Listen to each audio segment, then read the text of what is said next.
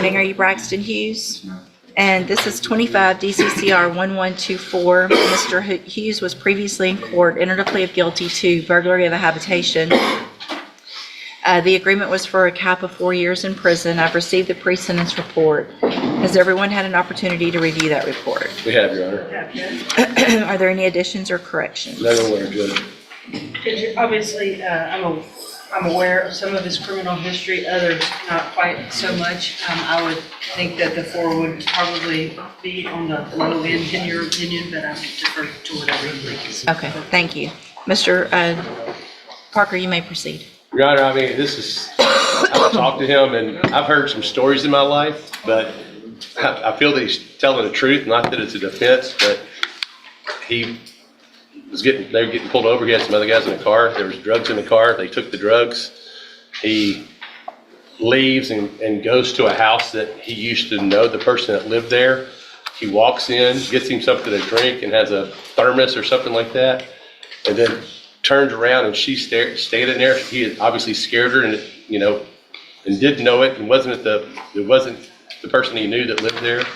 And he said, call the cops, and he walked outside and sat down and waited for the cops to show up. And that's what happened. It's not like he was going in there, to try to injure her. I don't think. He walked in the wrong house, and he did take the thermos or mug, and it's simple as that. I think he'd like to talk to the court, Judge, and we're asking for probation, Judge.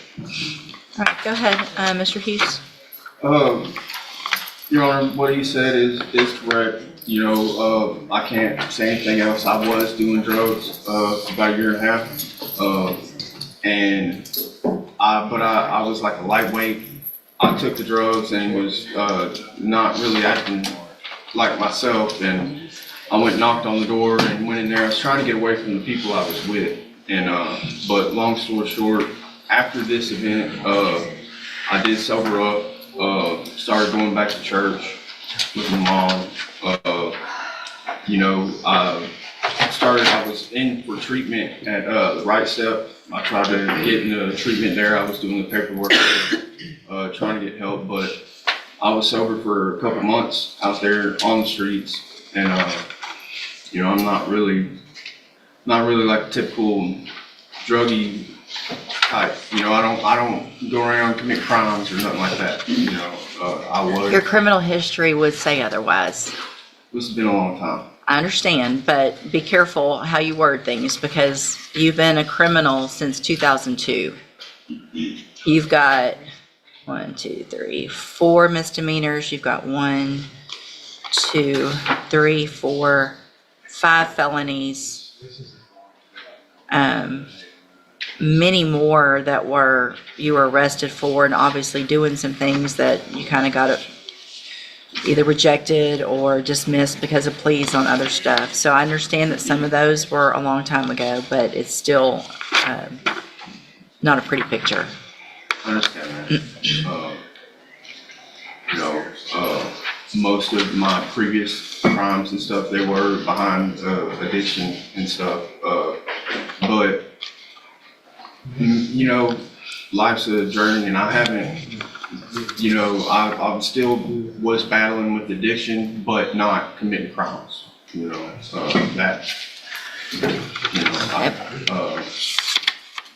this, I know, with the standing here in front of you, charged with a crime, I could understand, how it sounded a little. Yeah, I mean, and it's at what point do you go get that help before you commit a crime, I do appreciate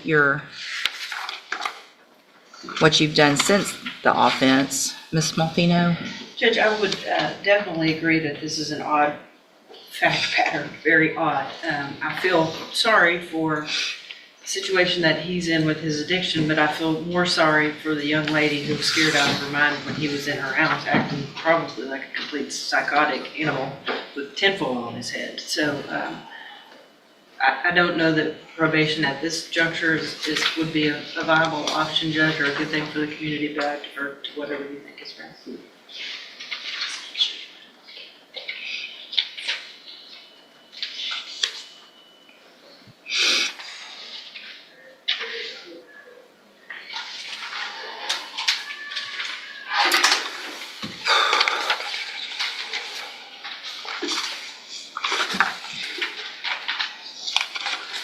if your history had, one of the things that is sticking out is that every probation you've ever gotten has been revoked. So you've never been successful on probation. I And ended up so, completing the last one. huh? I did complete the last one. The last one that I see was the federal Yes, ma'am. sentence where your supervised release got revoked. I did get revocation, but I got back out on probation and completed it. The judge has made her decision. Despite requests for probation and evidence of recent sobriety, the court finds that prior failures on supervision outweigh the arguments for another chance. 4 years in prison becomes the final sentence. Accountability ultimately carried more weight than rehabilitation in this case. Okay, at this time, Mr. Hughes, I'm going to find that you entered your plea of guilty freely and voluntarily. Find sufficient evidence to find you guilty, and at this time find you guilty of burglary of a habitation. Sentence you to a term of 4 years in the institutional division of the Texas Department of Corrections. You will receive credit on that sentence for any time that you've been in custody that the law gives you the right to receive. I'm going to hand you the trial court certification that shows this was an agreement that I followed, and so you've waived your right to appeal. I have also handed you a written admonishment regarding your ineligibility to possess a firearm or ammunition. Because of the judgment entered against you, you're ineligible under Texas law to possess a firearm or ammunition. Possession of a firearm or ammunition could lead to charges against you. Firearm is a legal term, and you should read the written admonishment I provide you to see what devices qualify as a firearm. If you have questions about the laws that make you ineligible to possess a firearm or ammunition, or about how long that lasts, you can talk with Mr. Parker. All right, you can go back with the bailiff. And this is Miss Malfino. Good morning. Are you Kashawn Purdy? And Ms. Purdy is on probation, and cause number 24, DCCR 1272, for the state jail felony offense of unauthorized use of a vehicle. And there's a new indictment in cause number 25, DCCR 1523, charged with injury to a child, elderly, or disabled individual. Mr. Kimler has filed a motion asking for a bond in that unauthorized use case that has the motion in it. Mr. Kimler, you may proceed. Your Honor, I think she's on deferred. I've reviewed a little bit. I haven't actually gotten discovery on the new case yet, but I have reviewed some photographs that were taken by the defendant's family with injuries. I don't want to downplay it, but it appears to be sort of the minimus type of injury. It's not, and I'll defer to Mr. Hawkpower, may have a different opinion on that. We're simply asking for a bond on the underlying motion to revoke probation to allow her time to prepare to defend the injury to a child case. I can't, hold on. Y'all, I'm having a hard time. So if you're talking about a case, for some reason, I'm having a hard time. I've got a cold and my ears are stuffy. Y'all need to step in the back. If you're not talking about a case, I need you to really be quiet. And I'll try to Speak up, please. And additionally, she is pregnant. I think that, and I did receive a write-up that was emailed to me from the jail. And to the best of my understanding, it appears she was wearing, I guess, a blue wristband to indicate that she's pregnant. There was some, I don't know, misunderstanding on the part of the jailer as to whether some other female inmate had given her the wristband. Evidently, they get extra rations or extra portions of food and their vitamins and stuff if they're pregnant. But it appears from the write-up that she actually is pregnant, so I don't know that it was a disciplinary write-up or what the purpose of the write-up is, but she certainly, other than that, hasn't had any problems to my knowledge. All right, you want to put on some evidence with regard to her ability to pay? Would you raise your right hand the best you can? You swear or affirm the testimony you're going to give in this hearing will be the truth, the whole truth, and nothing but the truth? Yes, ma'am. Thank you. Ms. Purdy, the judge just wants to know your ability to pay a bond, to actually come up with the funds necessary to pay a bond when you get out of jail. What's your financial situation right now, just generally speaking? I had got laid off back in September, but I had got another job at the end of October, so I'll be able to pay my bond. How much do you have available now to pay a bond, as far as money that's put aside to pay a bonding fee to get out? Like 500, 600. Okay, and then hopefully after that, you get your job and would be able to work? Yes, sir. Okay. Yes, sir. Do you have any savings or checking, money in the bank, anything like that? No, sir. Do you own your own residence, your own home? Do you own your own? Rent, yes, sir. You rent? Do you own any vehicles? No, sir. What about any other thing of value that you might own? Anything? No, sir. Passwords? I need to know, how many children do you have? I have 2 and 1 on the way. And where do they live, with you? Yes, ma'am. So if you make bond, where are you going to be living and with who? At my home. Who lives at your home? Me, my 2 kids, and my fiance. Did Child Protective Service get involved in this? Yes, ma'am, they closed the case. And I was also taking anger management and parenting class also. Through CPS? Yes, ma'am. But you didn't finish those because you got incarcerated? Yes, ma'am. Okay. Right. What's your relationship with Kamari? It's my oldest. I talk to her every day. She tells me every day, she say, Mama, I'll pray. I don't care, Yeah, just answer the questions. because you're not gonna be allowed to be around them if you make bond. So you gotta figure something else out until I figure out what's going on with your Yes, ma'am. case. So that's gonna be, who are they with now? My mom. Okay. So if you make a bond, then they're gonna have to remain there. You're not gonna be able to have unsupervised contact with them until further order of the court. Do you understand? That would be a condition of your bond. I totally understand. Okay. Mr. Hoffpower, what's the state's position? Judge, that was our concern, is the new offense. I disagree whether or not it was de minimis or felony court. Well, and for the record, I am reviewing the probable cause in that case, just to get a little bit of information on what the allegations are. I was talking about a photograph, so. What else? Simply judge that she's on felony probation and allegedly commits a felony. We'll leave it to the court's discretion.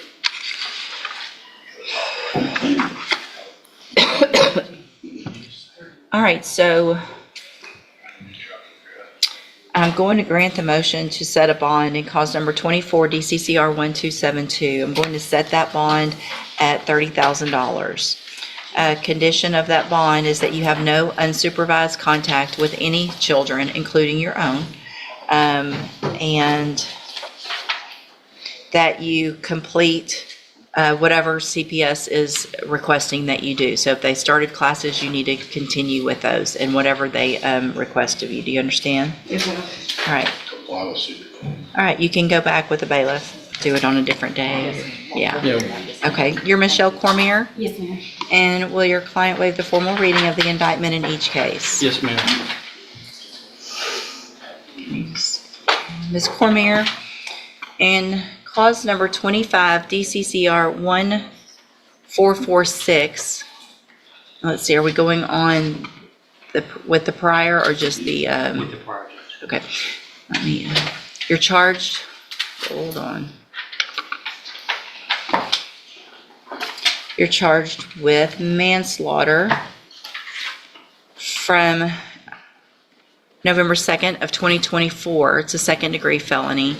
The indictment alleges you were previously convicted of burglary of a habitation, a second-degree felony, January 30th of 2013. And how do you plead to that charge? And are you pleading guilty freely and voluntarily? Yes, ma'am. And because you did what they've charged you with? And is that prior conviction true? Yes, ma'am.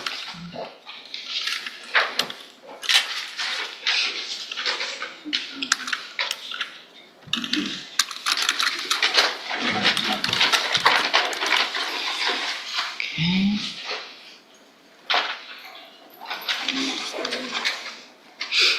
Sorry, it takes me a minute to get it pulled up. In cause number 25 DCCR 1447,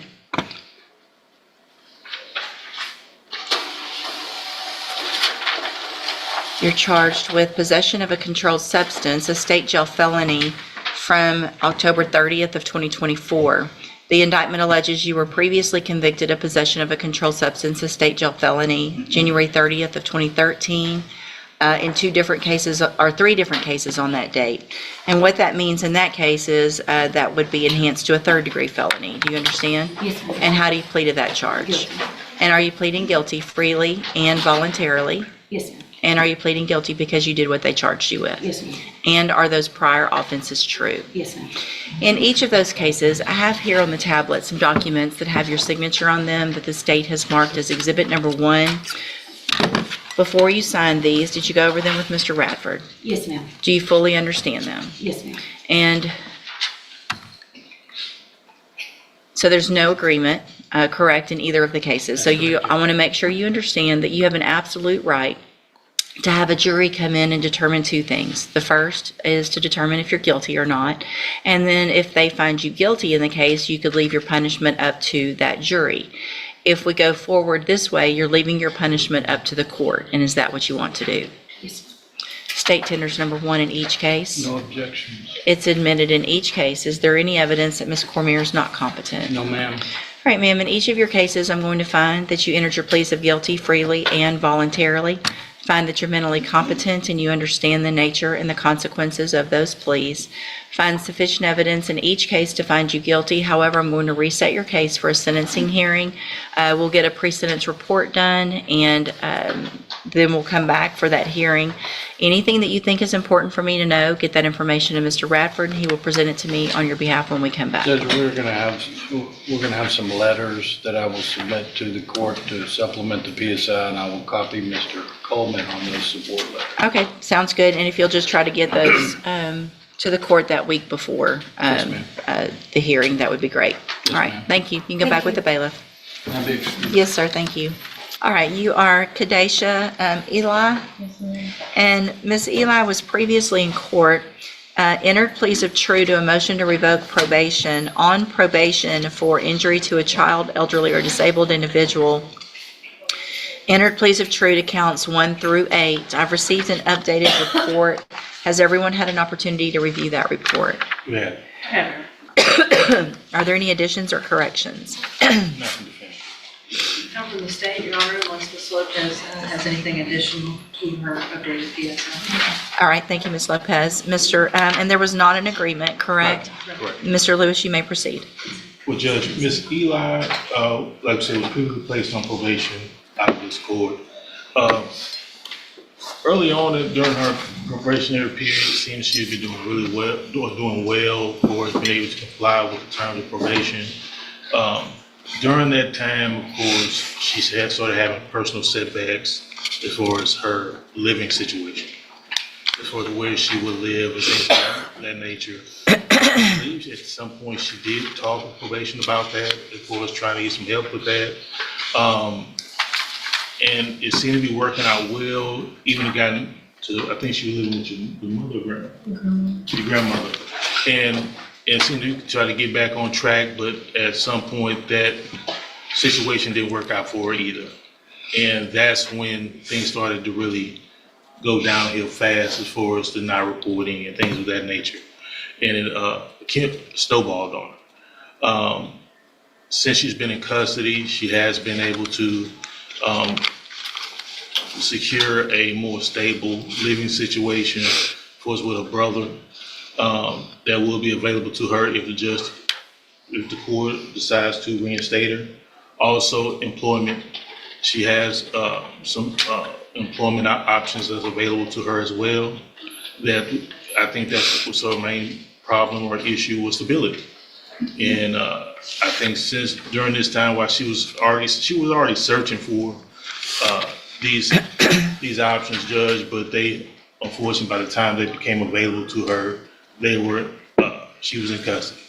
Now, when I talk about the situation with her brother, for the living situation, that's also one of the job situations as well. Her brother works with Zumo Sausages, the Zumo company, and she actually worked there for a temporary period of time a while back, early on, and that job fell apart, but looks like it'll be open again for her to go back. So that's essentially what it comes down to. She's asking now that she's stable to try to see if she can have the opportunity to get out there and complete the probation like she initially tried to and wanted to. What's the status of the theft in Orange, the new offense? For as we know, the situation in Orange, there hasn't been a court date or anything up there. So it's still in limbo But at it's- this point, Judge. Okay. Ms. Malfino? Judge, I think it's fortunate that we're not here on a violation that involves a child based on the underlying nature of this probation. But I also think it's unfortunate that she doesn't have any felony offenses, was given this many opportunities, and as this court is well aware, a very good officer to work with in Ms. Lopez, and she has not done what she has been required by this court to do. So I would stand with Ms. Lopez's recommendation and defer to any other comments she might have. So, Miss Eli, the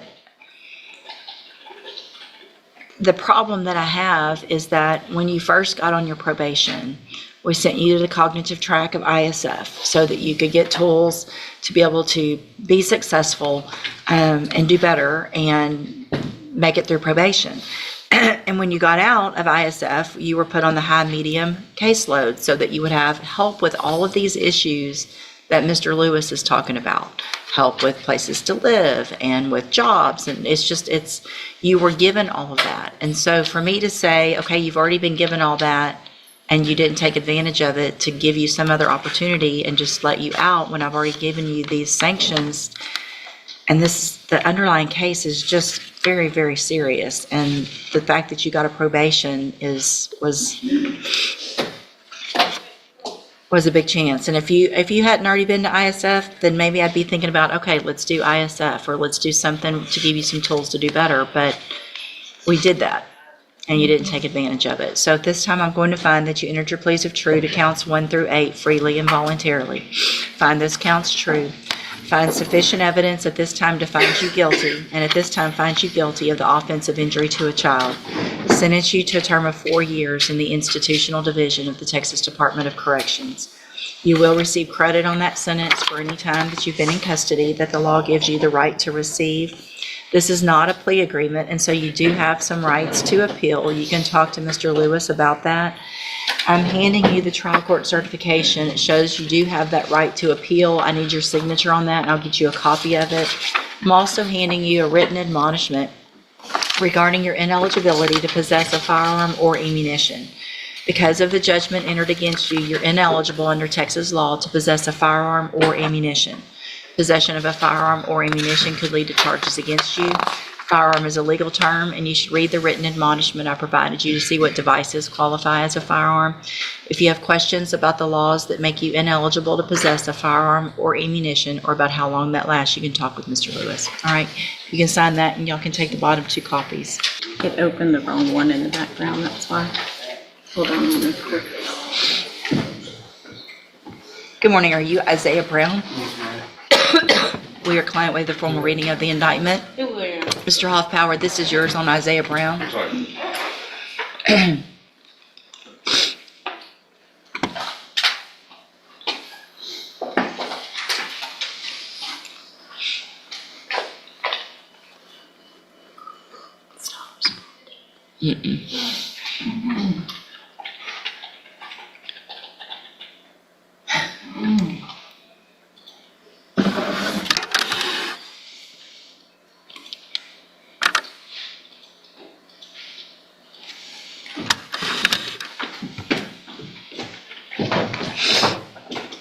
Okay, so it's a reduction to state jail. Yes, ma'am.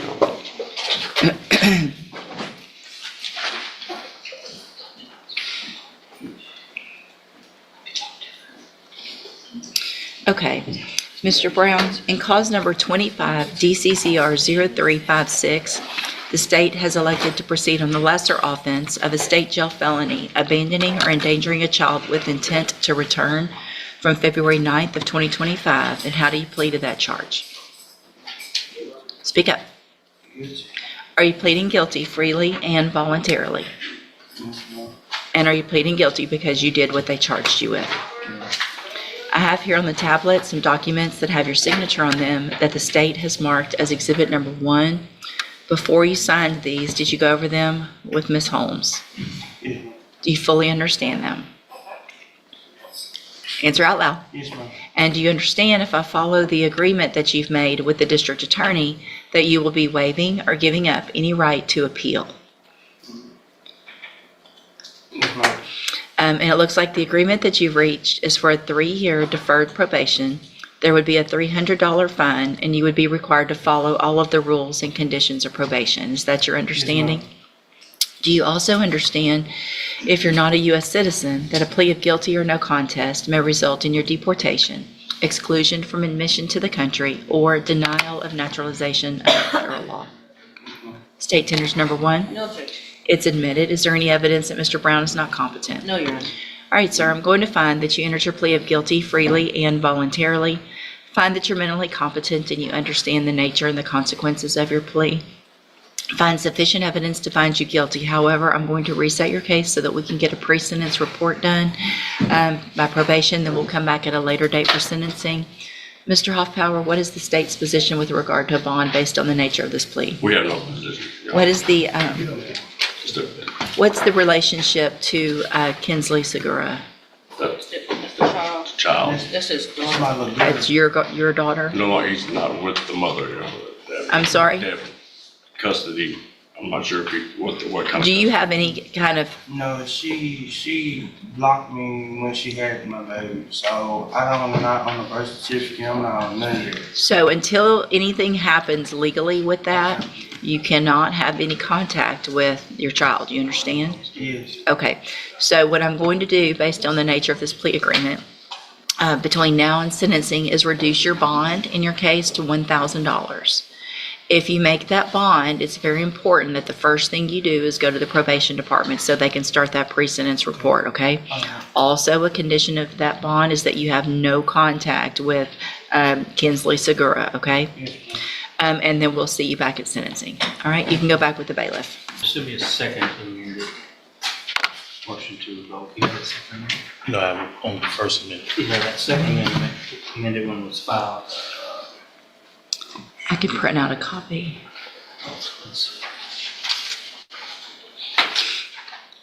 have the date that it was filed. Looks Here's like the August 27th. So it should be the one that you have, but let me print it just to,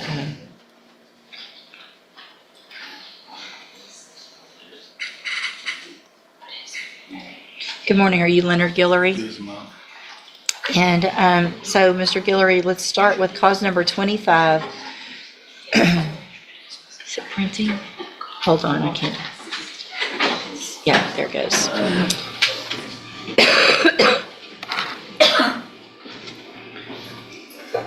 All right, in cause number 25, DCCR 0902, you're charged with aggravated assault with a deadly weapon from June 19th of 2025. The indictment alleges that you were previously convicted of a felony offense, which means for punishment purposes, if you were found guilty, you would be considered a first-degree enhanced, and the minimum punishment would be 15 years up to 99 years or life in prison. Do you understand?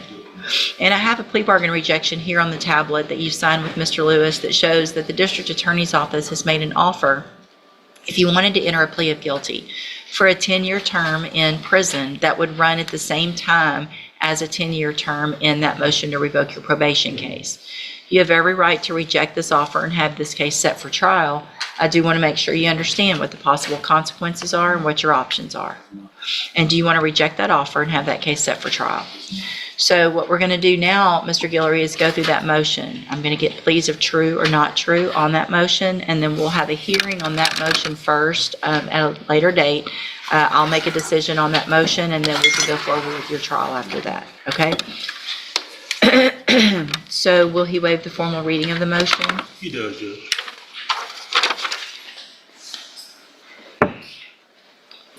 In cause number 22-40982, I have a second amended motion to revoke your unadjudicated probation.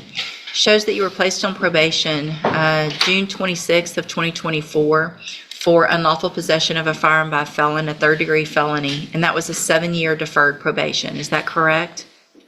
Speak up, please. Yes, ma'am. Thank you. And it alleges that you violated your probation.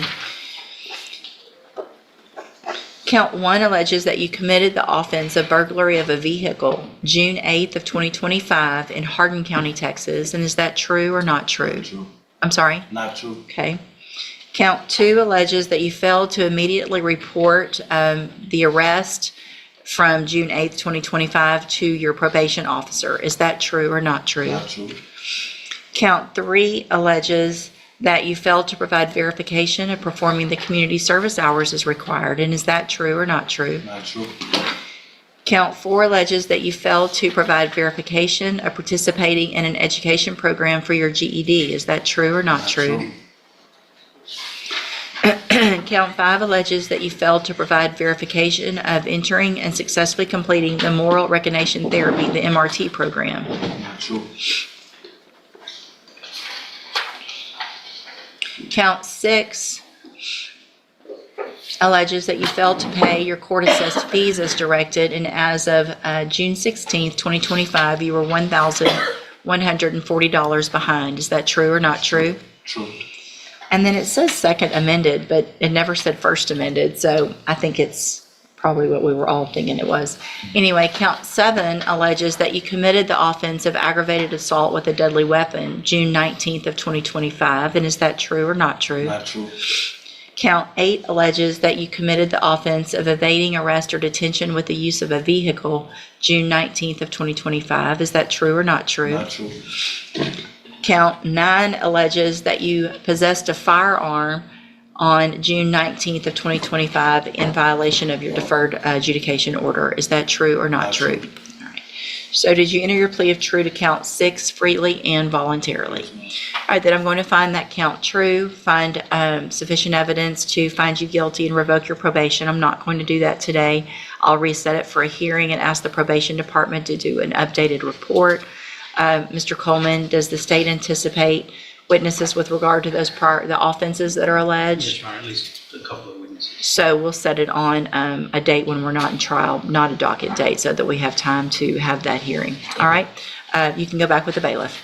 Good morning. Are you Deshaun? Is it Vital or Vital? Vital. Vital. And Mr. Lewis, will your client waive a formal reading of the indictment in each case? He does, Judge. Mr. Vital, in cause number 25 DCCR 1107, you're charged with a first-degree felony offense of aggravated robbery from July 10th of 2025. And how do you plead to that charge? Guilty.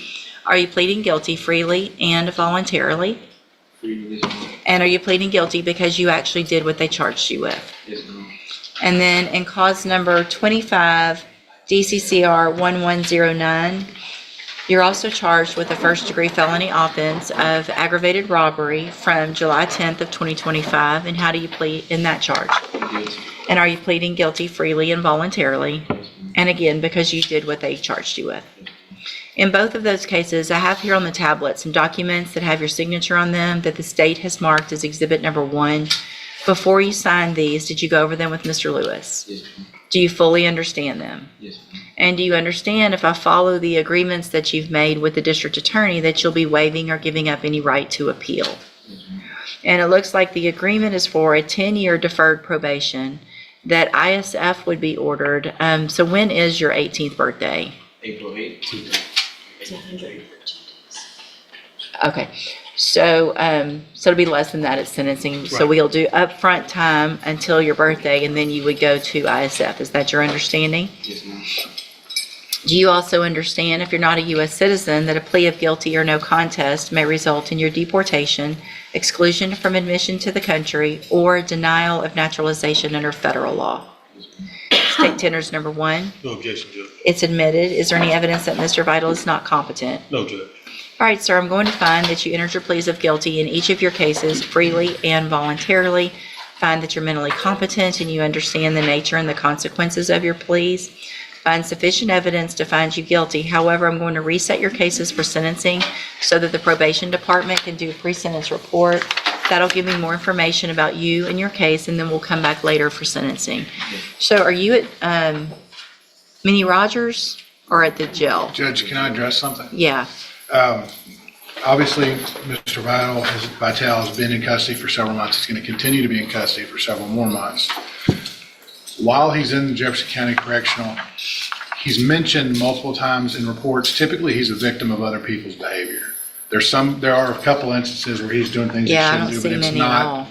it's not the worst of the worst. It's not my concern. I just wanted to explain to him that it's important. And the last note I saw was that he'd been moved out of a dorm where he was being victimized. Yeah. And bullied. Yeah. I I want him to be successful. I want him to I understand do that too. those reports can change, what gets reported between now and sentencing can change what happens in this case. Sure, thank you, Mr. Nichols, and I was going to address that, and you may have heard out there already, that incident reports at the jail don't go over very well with me. I do understand there's been some things going on that weren't your doing, and so you just keep doing what you need to do to keep your head down, to make it until we get to sentencing, so that you can be successful. You're doing the right thing. If we end up with some reports and you change your behavior, which I don't see any reason to, you've been doing pretty well. And it sounds like the jail has taken notice of what's going on and where you need to be. But just continue doing what you're doing so that when we get back here in a few weeks for sentencing, I don't have any issues and Mr. Nichols doesn't have any issues to look at with regard to jail incident reports, okay? All right, you can go back with the bailiff. Thank you. The formal reading of the indictment. Mr. Broussard, in cause number 25, DCCR 1442, you're charged with the second-degree felony offense of aggravated assault with a deadly weapon from July 27th of 2025. And how do you plead to that charge? Guilty. Are you pleading guilty freely and voluntarily? Yes, ma'am. And are you pleading guilty because you did what they've charged you with? Yes. I have here on the tablet some documents that have your signature on them that the state's marked as Exhibit Number 1. Before you signed these, did you go over them with Ms. Holmes? Yes, ma'am. Do you fully understand them? Yes, ma'am. And do you understand, if I follow the agreement that you've made with the district attorney, that you'll be waiving or giving up any right to appeal? Yes. And it looks like the agreement that you've reached is for a 5-year deferred probation. There would be a $500 fine. You would be required to follow all of the rules and conditions of probation. Is that your understanding? Yes, ma'am. Do you also understand, if you're not a U.S. citizen, that a plea of guilty or no contest may result in your deportation, exclusion from admission to the country, or denial of naturalization under federal law? Yes. State tenders number 1. No objection. We've got, it's admitted. I know, back up. Sorry. Is there any evidence that Mr. Broussard is not competent? No, Your Honor. You need one? I'm right. Thank you. All right, Mr. Broussard, I'm going to find that you entered your plea of guilty freely and voluntarily. Find that you're mentally competent and you understand the nature and the consequences of your plea. Find sufficient evidence to find you guilty. However, I'm going to reset your case so that the probation department can do a pre-sentence report. That'll give me more information about you and your case, and then we'll come back later for sentencing. Mr. Nichols, what is the state's position with regard to bond reduction based on the nature of that plea agreement? Your Honor, he has a prior successfully completed probation for deadly conduct. The situation involves an in-home argument with his adult sister where he shoved her and brandished a machete. My concern would be if he was released, where would he be awaiting sentencing? Mr. Broussard, when you are released, whether it's on a bond or when you get this probation, where will you be living? 4948 Lawndale. And who lives there? My mother. Who else? There's 2 other couples. There's Lindsay's daughter, my niece, and her boyfriend, and another couple. Okay, where does Lindsay live? Lindsay lives at the lake, Toledo Bend. So you understand that you're not going to be able to have contact with Lindsay? Yes, ma'am. So if there's some family get-together at the house where you're living, you're going to have to leave if she comes over? Judge, I do have that address as her address in my file. I'm not saying she doesn't live at the lake or whatever. Okay. And I'll let the court know she called yesterday, spoke with my investigator, wanted to drop charges. But because of the evidence in this case, I think I can prove it regardless. That's why we reached an agreement this morning. Okay, so what I'm going to do, Mr. Broussard, based on the nature of your plea agreement, is reduce your bond pending sentencing to $1,000. If you make that bond, there's some very important conditions. First, the very first thing you do when you're released is go to the probation department so they can get that pre-sentence report done. If you don't do that, you run the risk of me not accepting the plea agreement. The second thing is that you're to have no contact or communication with Lindsay Gaspard. So if she is living there, you're going to have to find another place to live. You're going to have to figure that out, okay? If I find out that you're having any contact or communication, or she contacts the DA's office and lets them know that, then you run the risk of me not accepting the plea agreement. All right? Okay, you can go back with the bailiff. Thank you, Your Honor. Thank you. All right, again, you're Jacoby Frazier? Yes, ma'am. So, Mr. Frazier, I gave you an opportunity to visit with Ms. Holmes about your case. You had already entered a plea of guilty before, and we had come back for sentencing, and then I wanted you to visit with that doctor to make sure that you understood everything. No, I understand. And so, do you want me to go forward with your sentencing today and give you that probation that y'all talked Yes, about? ma'am. Any issues, Mr. Coleman? No, Judge. So, Mr. Frazier, I'm going to follow the agreement that you made previously with the district attorney. Find that you entered your plea freely and voluntarily. Again, find that you are mentally competent. Sentence you in accordance with that agreement. I'm going to defer all proceedings for a period of 4 years. You will be ordered to pay a $500 fine, and you're going to be ordered to follow all of the rules and conditions of probation. Part of those conditions are that you follow through with any treatment for mental health care through Spindletop. So if there's classes or counseling or medication, whatever it is, that's now not just part of what you probably need to do, but it's part of your probation. You understand? Yes, ma'am. So if you don't go to your appointments at Spindletop and you don't take your medicine like you're supposed to, then it could end up with your probation getting revoked, and you could go to prison for up to 10 years. Do you understand? Yes, ma'am. So it's very important that you do everything your probation officer tells you. Okay? So I'm going to hand you the trial court certification that shows this was an agreement that I followed, and so you've waived your right to appeal. Obviously, it needs to be on the mental health caseload as well. Yeah, it was already done. And so you'll be released from jail today. It's very important that the first thing you do is go to the probation department. The probation officer is going to talk to you today here in court. She's going to tell you where you need to go, and you need to make sure you try to get there today, okay? I will. Okay, good luck. You can go back with the bailiff. And I have the paperwork where the probation. She's going to give it all to you. She's going to give it to you. You'll have everything in writing. Thank you, Ms. Harmon. Thank you, Judge West. Yes, sir. You're welcome. Happy holidays, Mary. Thank you. The final moments of this hearing deliver an important reminder. Probation is not freedom without consequences, it's an opportunity earned through compliance.